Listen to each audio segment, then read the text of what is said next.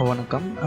இப்போ வந்து பார்த்தீங்கன்னா, டிஎன்பிஎஸ்சி தரப்புலேருந்து வந்து நேற்று குரூப் 2 தேர்வில் ஏற்பட்ட முறைகேடுகளை வந்து விசாரிக்கிறதுக்காண்டி ஒரு ஆலோசனை கூட்டம் வந்து நடைபெற்றுருக்கு. இதில் வந்து மெயினாக வந்து அவங்க என்ன சொல்கிறாங்க அப்படின்னா, பேப்பரு அதாவது தமிழ் தகுதி தேர்வில் மட்டும் வந்து சில முறைகேடுகள் நடந்ததாக வந்து புகார்கள் வந்து நிறையா வந்ததை அடுத்து, அந்த புகார்கள் மீது நடவடிக்கை வந்து எந்த மாதிரி எடுக்கணும். ஸோ அந்த புகார்களில் வந்து செல்ஃபோன் பார்த்து எழுதுனாங்க, புக்கு கொண்டு போய் எழுதுனாங்க, அந்த மாதிரி சில விஷயங்கள் வந்து வந்திருக்கு. ஸோ அவங்க மீது நடவடிக்கை எடுக்கிறதா, இல்லை அந்த தேர்வையே வந்து ரத்து செய்துவிட்டு மறுதேர்வு வைக்கிறதா, இது போன்ற முடிவுகள் சம்மந்தமாக வந்து டிஎன்பிஎஸ்சி வந்து அந்த முடிவுகளை எடுக்கிறதுக்கு வந்து ஒரு ஆலோசனை கூட்டம் வந்து நடைபெற்று வருது.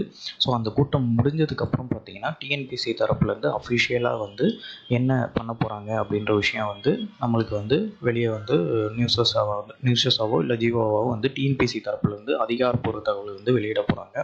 ஸோ வந்து பார்ப்போம் அடுத்து என்ன நடக்க இருக்குது அப்படின்னு.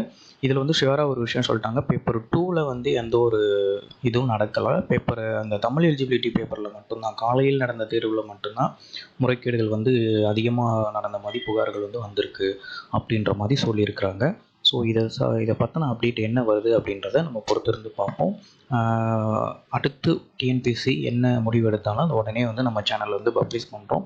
ஸோ தொடர்ந்து பாருங்கள், அடுத்து என்ன விதமான நடவடிக்கை எடுக்கிறாங்க அப்படின்றத வந்து நம்ம பொறுத்திருந்து பார்த்தா தான் இந்த விஷயம் வந்து எப்படி வரப்போகுது அப்படின்றது நம்மளுக்கு தெரியும். ஸோ நம்பிக்கையாக வெயிட் பண்ணுங்கள்.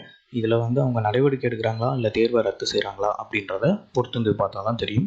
தேங்க்யூ ஃபார் வாட்சிங். தேங்க்யூ.